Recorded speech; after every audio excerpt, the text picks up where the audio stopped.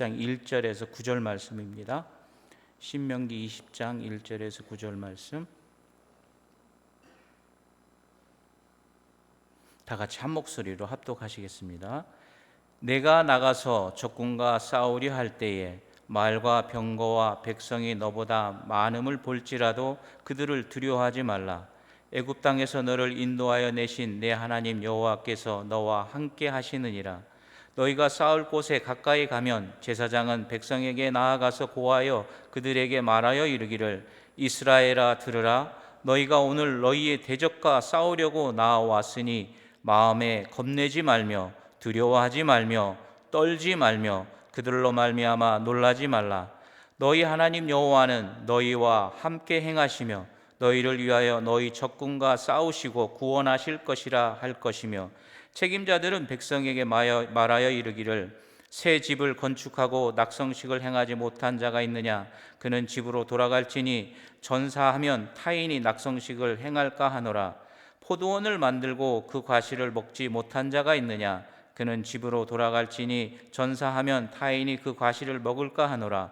여자와 약혼하고 그와 결혼하지 못한 자가 있느냐? 그는 집으로 돌아갈지니 전사하면 타인이 그를 데려갈까 하노라 하고, 책임자들은 또 백성에게 말하여 이르기를, 두려워서 마음이 허약한 자가 있느냐? 그는 집으로 돌아갈지니 그의 형제들의 마음도 그의 마음과 같이 낙심될까 하노라 하고, 백성에게 이르기를 마친 후에 군대의 지휘관들을 세워 무리를 거느리게 할지니라.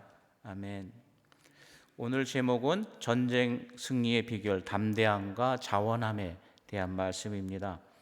이 말씀을 가지고서 어떻게 담대함과 자원함을 우리가 가질 수 있을까라는 그런 말씀을 고민하다가 이 말씀의 뒤에 있는 말씀을 비하인드 스토리에 대해서 우리가 조금 얘기할 수 있겠다라고 얘기해서, 어저께 우리 담임 목사님 말씀 중에 나아만 장군이 승리한 패배한 신에게 갔던, 그래서 옛날에 고대의 전쟁들은 다 신들의 전쟁이다라고 얘기를 하신 그 말씀이 오늘 딱 말씀에 맞습니다. 여기서 전쟁하러 나가러 적군과 싸울 때 이 당시에 고대만 해도 이 전쟁이라 하면 신들의 전쟁입니다.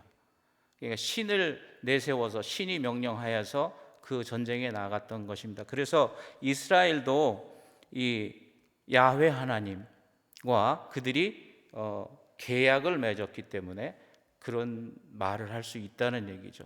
그래서 이스라엘의 하나님, 그 큰 거민이 바벨론에게 이스라엘이 짓밟혔을 때, 성전이 무너졌을 때 그들에겐 굉장히 큰 고민거리였습니다.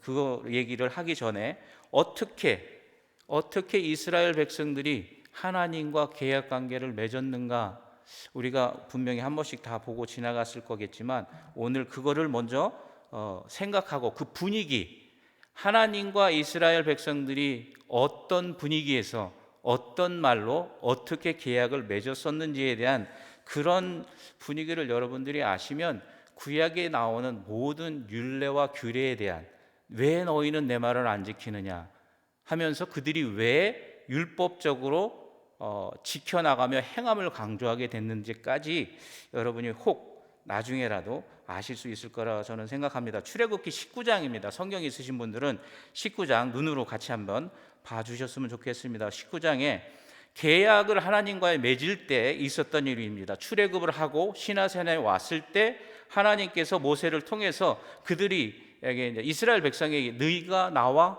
계약을 하겠느냐 라는 얘기입니다. 이스라엘 자손이 애굽 땅에서 떠난 지 3개월이 되던 날 그들이 시내 광야에 이르니라. 그들이 르비딤을 떠나 시내 광야에 이르러 그 광야에 장막을 치되 이스라엘이 거기 산 앞에 장막을 치니라. 모세가 하나님 앞에 올라가니 여호와께서 산에서 그를 불러 말씀하시되, 너는 이같이 야곱의 집에 말하고 이스라엘 자손에게 말하라. 내가 애굽 사람에게 어떻게 행하였음과 내가 어떻게 독수리 날개로 너희를 업어 내게로 인도하였음을 너희가 보았느니라.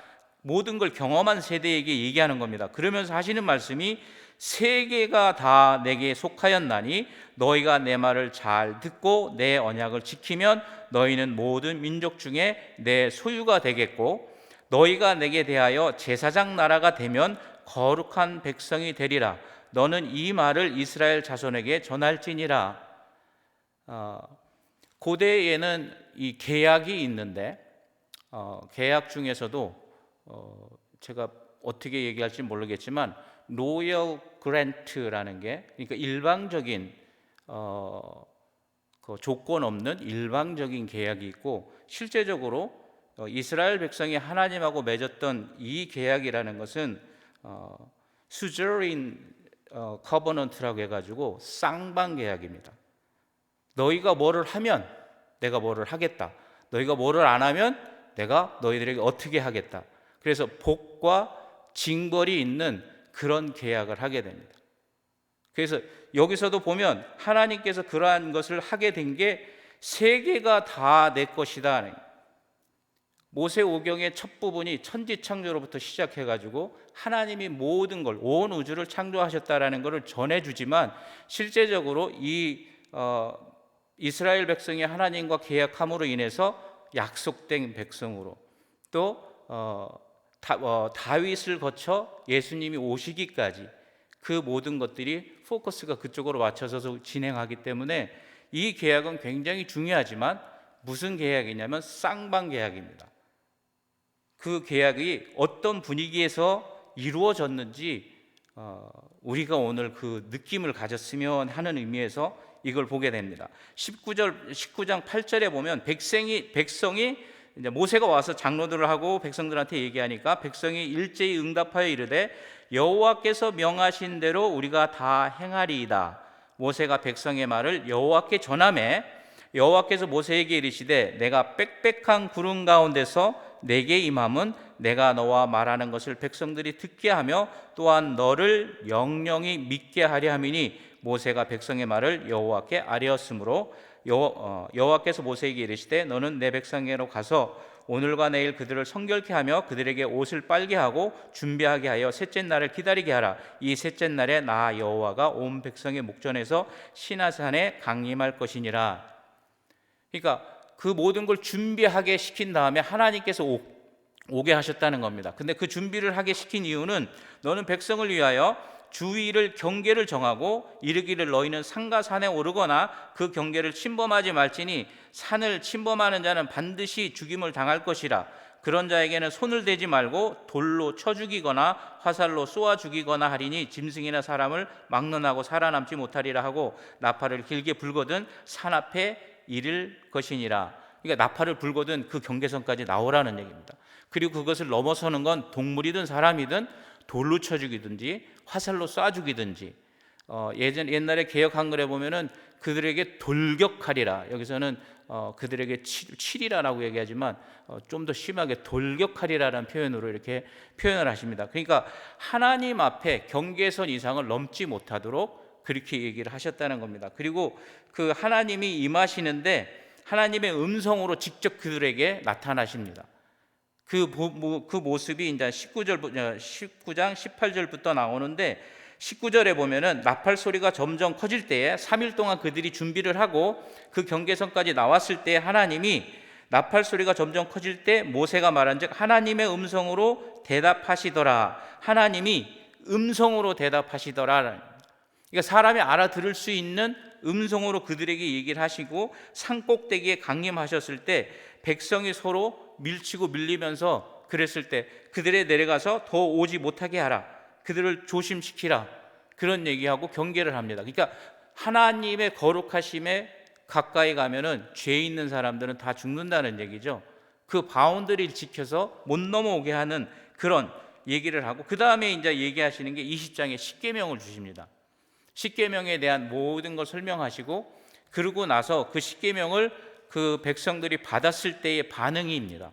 20장에 보면은 20장 18절에 무 백성이 우레와 번개와 나팔 소리가 산의 연기를 본지라, 소리와 산의 연기를 본지라 그들이 볼 때에 떨며 멀리 서서 모세에게 이르되 당신이 우리에게 말씀하소서 우리가 들으리이다. 하나님이 우리에게 말씀하지 말게 하소서 우리가 죽을까 하나이다. 모세가 백성에게 이르되 두려워하지 말라. 하나님이 임하심은 너희를 시험하고 너희로 경외하여 범죄하지 않게 하려 하심이니라.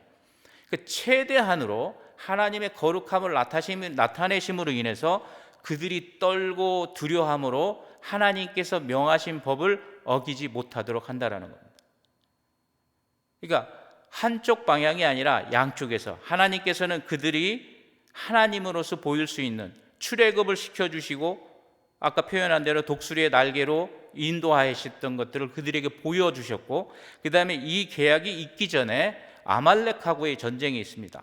우리가 흔히 잘 알듯이 모세가 아론과 훌이 산에 올라가서 여호수아가 아말렉하고 전쟁을 할 때 어떻게 얘기했죠? 모세의 손이 올라가면 승리하고 내려가면 지고, 그랬을 때 양쪽에 돌을 들고 아론과 훌이 그 손을 받쳐서 떨어지지 않게 하여 전쟁에 승리하게 합니다. 그러니까 전쟁의 승리가 어디에 있었냐면 하나님이 주신 그 지팡이를 쥐고 모세의 손이 올라가느냐 내려가느냐에 따라서 전쟁의 승패가 좌우된다라는 것이 그들이 경험을 했고, 그들이 출애굽을 하면서 10가지 재앙과 홍해의 갈라짐을 통해서 그들이 출애굽을 하고 나서 물과 음식에 대한 불평이 있었지만 그 모든 걸 다 해결해 주시면서 시내산에 그들을 이끌고 와서 하나님의 거룩하심을 보이고, 뭘로써요? 연기와 번개와 그 다음에 천둥의 소리로 사람이 두려워서 내가 진짜 죽겠구나 하는 하나님의 음성을 들었을 때에 죽겠구나 하는 그런 느낌을 가질 정도로 그들이 하나님에 대한 경외심을 갖게 하고, 그들이 그러면 내가 너희들한테 이 율법을 주면 너희가 지키겠느냐? 예, 우리가 지키겠습니다. 그리고 하나님 앞에 나오게 하여 하나님의 음성을 통해서 직접 듣게 하고, 하나님의 대언자인 모세를 그들 가운데 하나님과 대화하는 자로서 내세움으로 인해서 지도자로서 세우게 함으로써 그 계약이 성립이 된다는 것입니다. 그리고 40일 동안 올라갔는데 무슨 일이 벌어졌죠? 금송아지를 만드는 일이 벌어집니다. 그랬을 때에 그 금송아지를 만들었을 때에 시내산에서의 언약을 세우는 게 24장 한번 더 읽어드리겠습니다. 24장에 시내산에서 그 계약을 어겼을 때에 32장에 나오는 말인데, 징벌에 대한 얘기가 32장 27절에 나오는데, 모세가 그들에게 이르되 이스라엘 하나님 여호와께서 이렇게 말씀하시기를 너희는 각각 허리에 칼을 차고 이 진 이문에서 저 문까지 왕래하며 각 사람이 그 형제를, 각 사람이 자기의 친구를, 각 사람이 자기의 이웃을 죽이라 하셨느니라. 친구와 형제와 이웃을 죽이라고 했다라는 것입니다. 그게 하나님께서 명령하셨다는 거죠. 언제? 하나님의 말씀에 순종하지 않았을 때 일어났던 일이라는 것입니다. 그리고서는 레위 자손에게 모세에게 말하고 좀 뭐라고 얘기를 했냐면 3,000명을 죽이고 난 후에 32장 29절에 모세가 이르되 각 사람이 자기의 아들과 자기의 형제를 쳤으니 오늘 여호와께 헌신하게 되었느니라. 그가 오늘 너희에게 복을 내리시리라.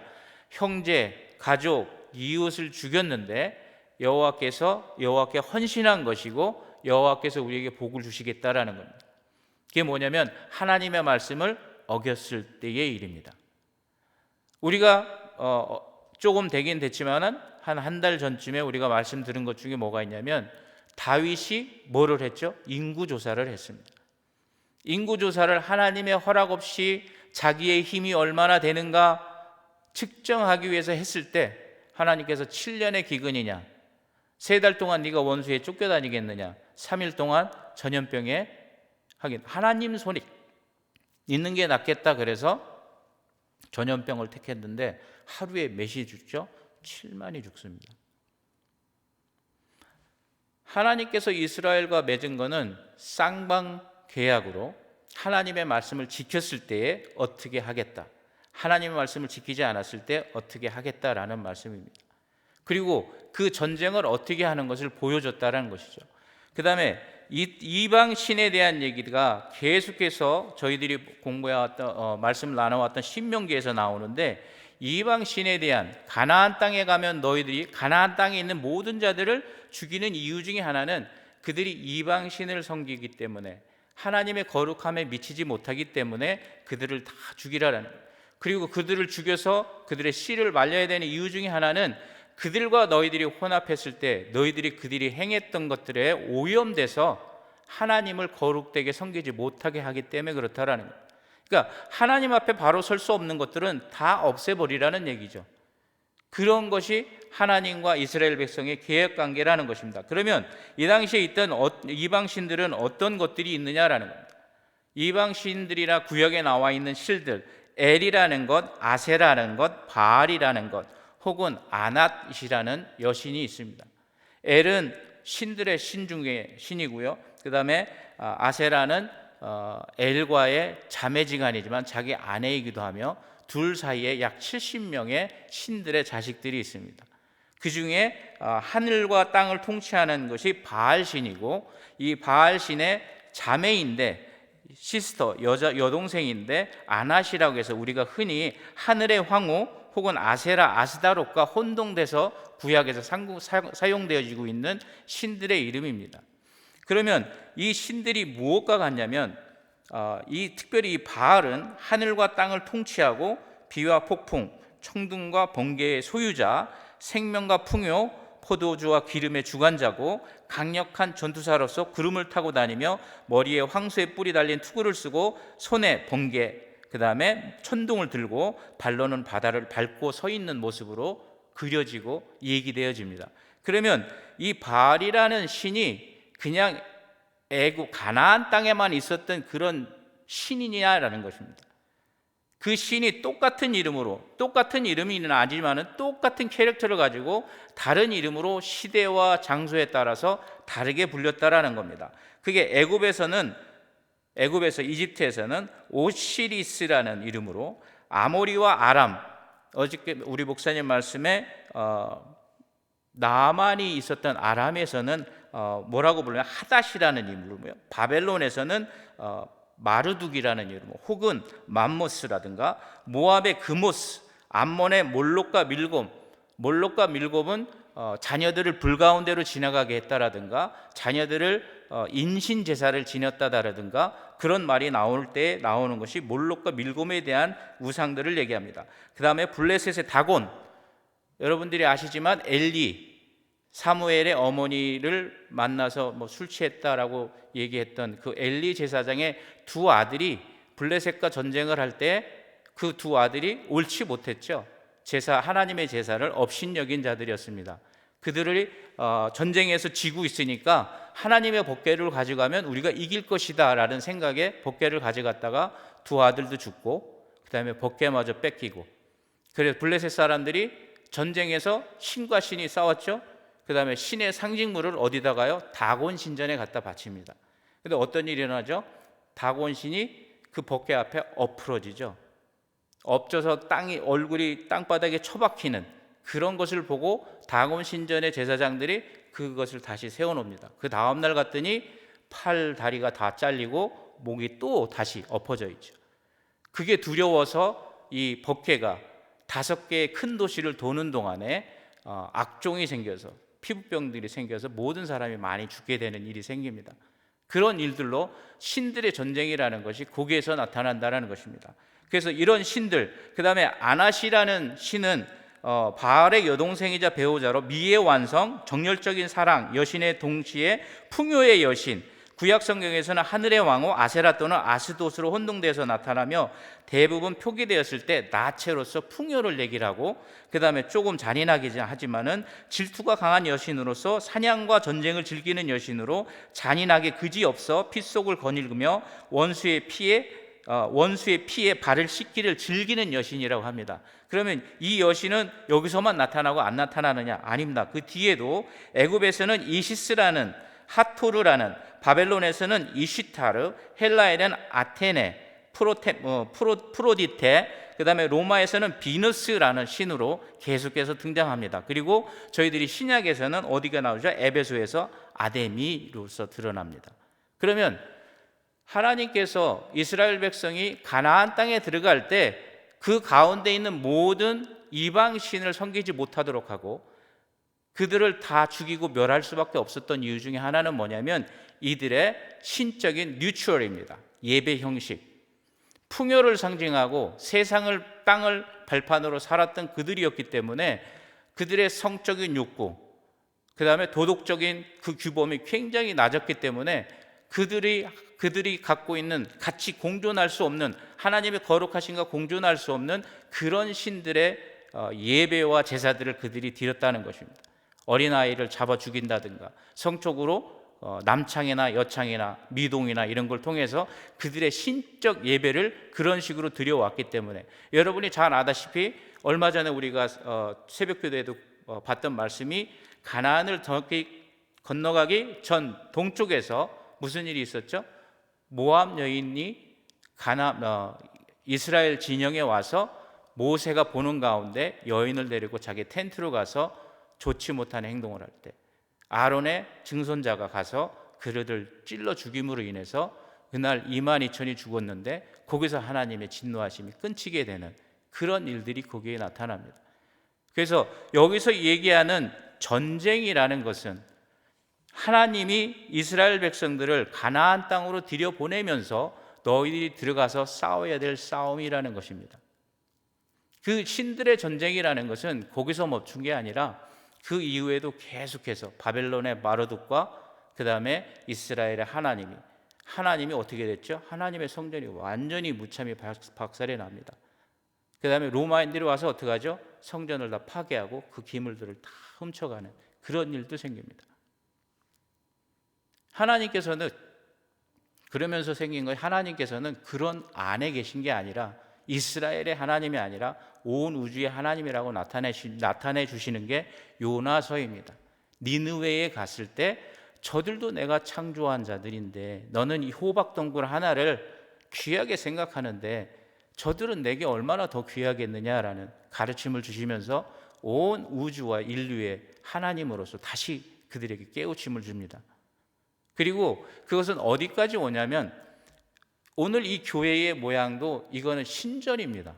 원래가 콘스탄틴이 전쟁에 나갈 때 그리스도의 상징인 십자가를 보면서 승리를 하게 되고, 로마의 모든 황제들은 다 하나님, 신의 아들입니다. 하나님, 우리가 얘기하는 여호와 야훼의 하나님이 아니라 뭐 비너스든 아니면은 바다를 포세이돈이든 아니면은 뭐 제우스든 그들의 신의 아들. 그래서 저희들이 성경에서 얘기하는 하나님의 아들, Son of God이라는 것들을 로마 황제들이 씁니다. 근데 그 God이라는 것이 한 신이 아니라 이 신의 아들, 저 신의 아들.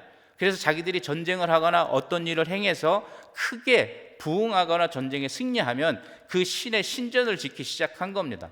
그래서 로마 시내 안에는 굉장히 많은 신전들이 있었어요.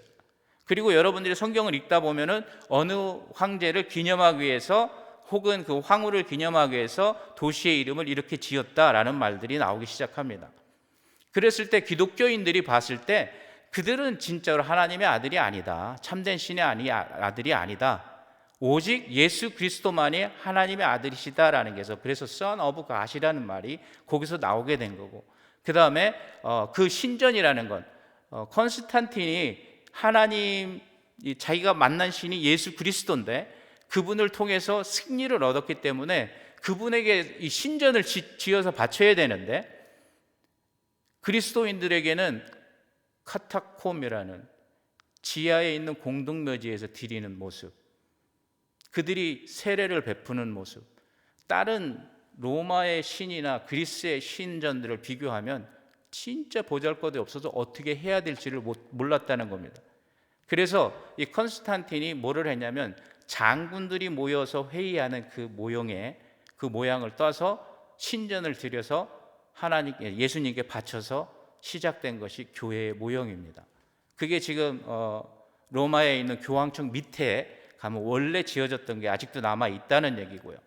그래서 신들의 전쟁이라는 건 거기서부터 시작됐고, 하나님이 예수 그리스도가 하나님의 아들이라는 것이 강조가 됐던 것들이 신약에서 그렇게 나왔던 것도 그 배경을 갖고 있습니다. 그러면 이 바알이라는 신은 오늘날에도 우리에게 그런 모습으로 나타나 있는데, 우리가 흔히 얘기하는 요새로 알아들기 쉽게 한 거는 뭐냐면, 바알의 제단은 다듬어서 이쁘게 미드락이라든가 이렇게 피라미드 형태로 쌓게 되거나 그렇게 합니다. 하지만 하나님께서는 우리에게 어떻게 얘기하셨냐면, 사람이 손대지 않은, 다듬지 않은 돌로, 그 다음에 계단을 만들지 말고 이게 수평하게 그렇게 해서 지으라고 얘기를 하십니다.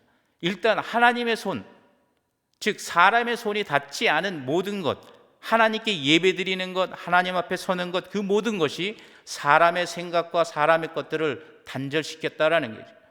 그 다음에 오늘 계약을 한 것도 하나님의 규례와 말씀을 듣고서 순종했을 때 어떤 조건부적인 그런 것이었다는 것입니다. 그 다음에 저희들이 믿는 하나님께서 예수 그리스도가 우리에게 와서 주어셨던 그런 예수 그리스도를 믿는 건 신본주의라면 그들은 인본주의였습니다. 사람의 풍요함을 따르는 그런 신앙들이었다는 것입니다. 농사를 짓고 그 다음에 가축을 키움으로 인해서 사람의 풍성함만을 따지는 사람들이었습니다. 그 다음에 우리들이 말씀을 위주로 해서 말씀이 육신이 되어 오신 예수 그리스도를 중심으로 또 하나님이 주신 율법과 율례를 중심으로 그러한 주의 말씀에 위주로 해서 말씀주의를 했다면 이들은 물질주의입니다. 신조차도 서로 교묘를 해서 모든 것이 풍요롭게 되고 사람도 많이 늘어나고 그 다음에 많은 추수를 걷고 모든 것의 물질주의의 중심이었던 것이 바알 사상입니다. 우리들이 영성이라면 오늘날도 예수 그리스도께서 성령을 너희에게 보내주셔서 우리에게 주시는 성령의 은사들과 열매를 강조하신다면 이들은 공용주의입니다. 물질의 많은 것을 모아서 힘과 파워로서 모든 것을 헤쳐나가는, 모든 자연을 파괴하고 사람의 문명을 파괴해 나가는 그런 공용주의고, 그 다음에 우리들이 경건과 하나님의 거룩함에 나가는 주의라면 그들은 정착주의입니다. 어느 곳에서 머물러서 거기에 있는 모든 리소스들을 다 긁어내서 다 소모하고 해쳐버리는 그러한 주의라면, 그 다음에 저희들은 초현실주의입니다. 우리들의 소망은 어디에 있죠? 천국에 있습니다. 근데 이들의 소망은 어디 있죠? 현실주의로 이 땅에 있습니다. 예수님께서 얘기하셨던 걸 보면은 사람이 떡으로만 살 것이 아니요 하나님 입에서 나오는 하나님의 말씀으로 살 것이니라 했다면 이 사람들은 뭐라고요? 떡으로만 살아야 된다. 신약에 있는 말을 빌린다면 그들의 배가 신이요. 죄송한 얘기지만 오늘날 우리나라도 많은 맛있는 먹거리들을 찾아다니. 어제도 어머니하고 식사를 했는데 어머님 말씀이 값싸고 맛있는 거 있습니다 그랬더니 아니야 나는 맛있고 좋은 거 사줘 그러시더라고요.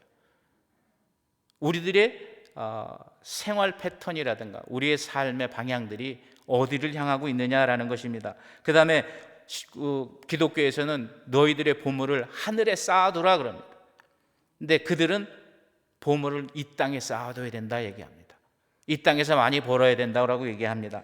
그리고 우리는 땅을 떠나서 저 천국에 소망을 두고 다가올 미래에 대해서 산다면 이 사람들은 땅에서 절대로 발을 떼서는 안 된다라고 얘기합니다. 땅에 있는 걸 통해서 우리들이 소산을 얻고 땅을 통해서 우리들이 물질을 얻고 땅을 통해서 우리가 살아나가야 된다고 얘기하는 것입니다.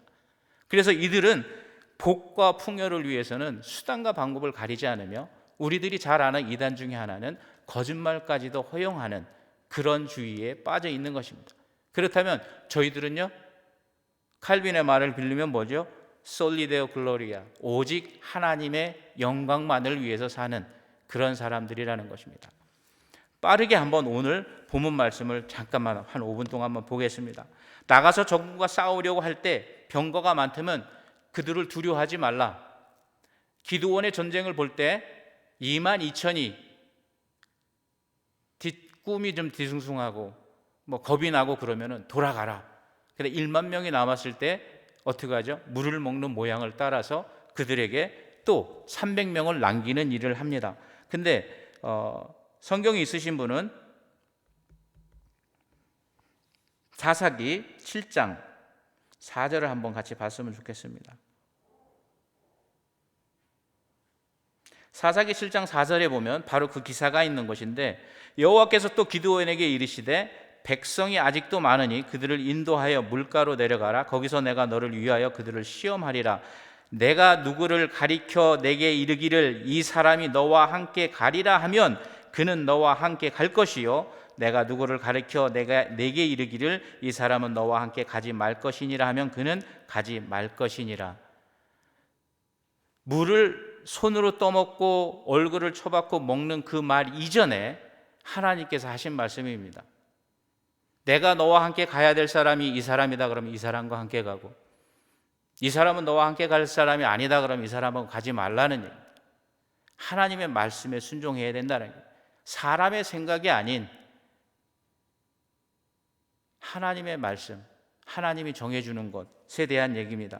그리고 12절부터 보시면 기드온이 미디안과 아말렉이 동방에서 모여있는 그 자리에 전쟁을 하기 전에 거기에 갔을 때 나오는 말씀입니다. 미디안과 아말렉과 동방의 모든 사람이 골짜기에 누웠는데 메뚜기의 많은 수와 같고 그들의 낙타의 수가 많아 해변에 모래가 많은 같은지라.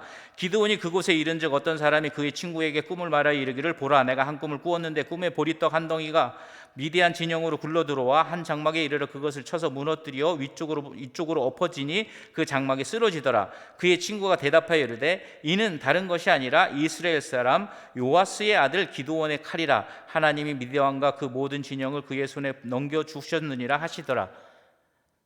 메뚜기와 같이 많고 300명밖에 없는 기드온이 적 진지에 와서 탐색을 하는데 그 귀에 들린 말씀입니다. 300명밖에 없는데 그 뒤에 쫓기는 숫자를 세어보면 26만이 넘습니다. 그런 적과 싸워야 되는데 이 말씀을 들으면 용기가 안 생길까요? 하나님과 그들이 맺은 언약이라는 건 바로 이런 언약입니다. 그 다음에 여호수아가 정복 사업을 할 때 아모리 족속하고 싸울 때 얘기입니다. 기브온 사람들이 이스라엘 사람들을 속여서 자기들을 죽지 않게 그들의 약속을 받아냈고, 그로 인해서 가나안 사람들의 미움을 받아 아모리 사람들이 쳐들어와서 죽이려고 들어왔습니다. 도움을 청했을 때 기도를 하죠. 여호수아가 그들을 너에게 붙였으니 가서 그들을 도우라 그래서 갑니다. 그랬을 때 한 말이 뭐죠? 태양아, 기브노에 떠 있으라. 달아, 네가 아욘라 골짜기에, 정확하게 이름이 기억이 안 납니다. 골짜기에 멈추라. 그래서 그들을 무찌르는 일이 거기서 생깁니다. 하지만 그러한 일들이 있는가 하면 아이성이라는 조그만 성, 그들이 갖고 있는 무력으로 충분히 쉽게 정복할 수 있는 성도 어떻게 되죠? 아간이라는, 하지 말라는 전쟁에서 습득한 재물을 숨김으로 인해서 그들은 패배의 쓴맛을 보게 됩니다. 마찬가지로 하나님과 이스라엘의 관계는 하나님 말씀에 순종을 하느냐 안 하느냐에 딸린 것입니다. 그 뒤 이후에도 엘리사의, 어저께 우리 목사님이 얘기하셨던 나만 장군의 그 뒷부분에 나오는 부분이 뭐가 있냐면 아람 군대가 또 쳐들어옵니다. 쳐들어올 때마다 그들이 방비를 잘하니까 도대체 어떻게 된 일이냐, 엘리사가 당신의 침석에서 하는 말까지도 다 알려줍니다. 엘리사가 어디 있느냐, 그를 잡으러 가자. 왔는데 못 잡죠. 그래서 엘리사가 기도하기를 저들의 눈을 가려주시옵소서. 그래서 저들의 눈이 가려져서 어디요? 적진의 수도인 사마리아에 오게 됩니다. 그들을 눈을 뜨니까 적진 한가운데 있었고, 그때 이스라엘 왕이 엘리사에게 물어 저들을 죽이리까? 아니다, 떡과 물을 줘서 그들을 돌려보내라. 그게 전쟁이었어요. 그 다음에 또 전쟁이 있었는데 이번에는 모든 그 아람 군대가 주위를 포위를 해서 나갈 수가 없어서 무슨 일이 있었냐면 두 아기의 어머니가 오늘은 네 자식 잡아먹고 내일은 내 자식 잡아먹자, 그런 일까지 있었어요.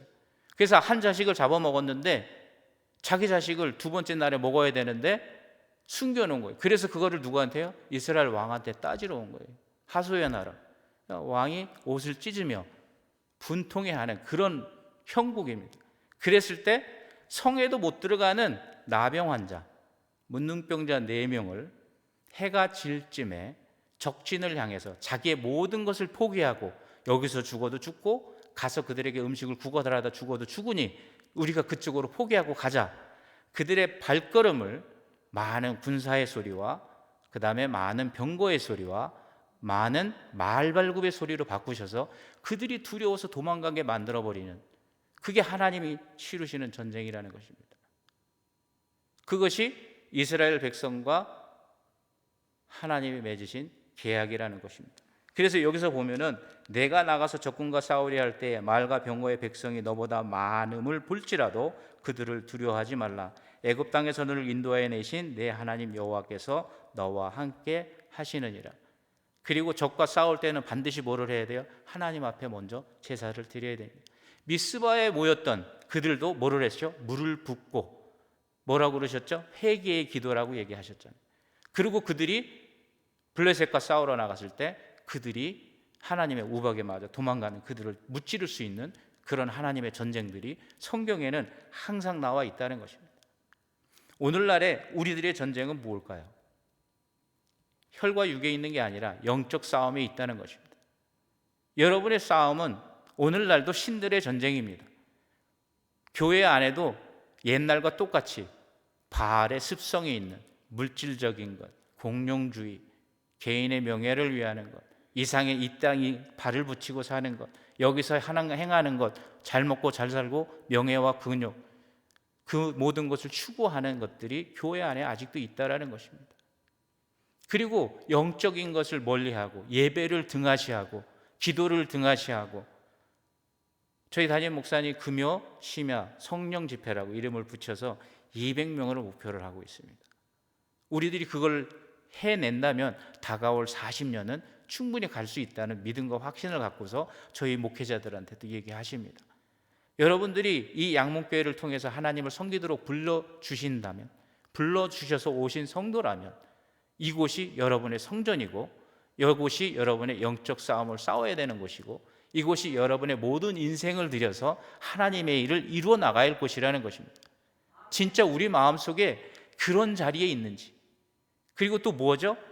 대장 되신 예수님이 뭐라고 그러셨죠? 다 이루었다. 그리고 세상을 이기었다. 그러면 예수님만 쫓아가면 그 전쟁에서 이기는 거죠. 하나님께서 이미 이겨놓은 전쟁 쫓아가면서 도륙하기만 하면 된다는 것입니다. 근데 전제 조건이 뭐예요? 말씀을 믿고 성령을 받고 말씀에 의존한 능력을 받고 성령의 은사를 통해서 하나님이 세상을 이처럼 사랑하사 독생자를 주셨고 저를 믿는 자마다 멸망치 않고 영생을 얻는다 그랬습니다. 영생을 뭐라고 그랬죠? 하나님께서 보내주신 자를 믿는 게 영생이라고 그랬어요. 우리들이 영생의 소망이 있는 사람이라면 하나님을 믿는 자가 되어야 되고, 하나님을 믿고 예수 그리스도를 믿는 자라면 그분께서 약속하신 성령을 의지하여 이 땅에서 영적 싸움을 싸우는 사람들이 되어야 될 것이고, 여러분께 허락하신 장소가 바로 이 양문의 성전이라는 것이고, 여러분에게 지도자로 허락하신 분이 바로 우리 교회 이끌어 가시는 지도 위치에 서 계신 담임 목사님, 원로 목사님들이죠. 또 우리 교회 기름 부음을 맡으신 장로님들이시고요. 아론과 훌이 모세의 팔을 들은 것처럼 여러분이 도와서, 하지만 사울처럼 어리석게 제사를 대신 지내려는 자기의 바운드리를 넘어서는 어리석은 짓을 하지 않는 지혜를 가지고 살 수 있는 그런, 특별히 매번 말씀드리는 거지만 새벽기도에 오시는 여러분들 영적 전사이십니다. 저희 교회 최전선에 서 계신 분들이에요. 여러분들이 그 모든 것을 이루어 나가는 그런 분들이 됐으면 좋겠고, 그 다음에 예수님께서 우리에게 약속하신 건 아까 얘기한 쌍방 계약이 아닙니다. 일방적인 계약입니다. 조건도 없고 믿기만 하면. 그들이 행할 수밖에 없었던 건 쌍방 계약이기 때문에 그렇지만 저희들에게 행함이 아닌 믿음으로 구원을 얻는다라는 것은 일방적인 계약이기 때문에 그렇습니다. 그러면 여러분은 이제는 나가서 싸우는 일만 남은 것입니다. 짧은 시간에 많은 것을 하려고 노력을 했는데 어쨌든 여러분에게 은혜가 되고 깨달음이 있어서 여러분에게 능력으로 나오는 일이 되었으면, 말씀이 되었으면 좋겠습니다. 기도하시겠습니다. 하나님 감사합니다. 이스라엘에게는 하나님께서 율법과 규례를 허락하셔서 하나님이 인도하셨지만, 이제 저희들에게는 예수 그리스도의 십자가의 구속의 은혜로 우리의 구속주로서 우리가 넘어지고 쓰러진다 할지라도 날마다 새롭게 이루어주시고 세워주시고 성령의 은사를 통하여서 하나님의 능력을 행하게 하시고 하나님의 일을 행하게 하시고, 특별히 주님께서 저희들을 이 양문의 제단에 불러주시고 하나님께서 택하신 지도자들과 함께 하나님의 일을 행하며 비전을 가지며 이루어가게 하시니 하나님 감사합니다. 저희들이 영적으로 깨게 하시고 하나님의 능력을 갖게 하시고 하나님이 오늘날도 들어 사용하셔서 하나님을 이루어내는 하나님의 택한 백성이요 민족 민족이요 또 하나님의 자녀가 될 수 있도록 인도하여 주시옵소서. 오늘 하루의 모든 삶도 주님과 동행하길 원하오니 아버지 하나님 함께해 주시고 주님이 주신 능력 가운데 하나님의 말씀이 우리 삶 가운데 이루어지고 통치가 이루어지는 삶을 살아갈 수 있도록 함께하여 주시고 그로 인하여 하나님께서 하늘에서 계획하신 모든 일들이 우리 삶 가운데 이루어질 수 있도록 역사하여 주시옵소서. 모든 것 감사드리며 예수 그리스도 이름 받들어 기도드렸사옵나이다. 아멘.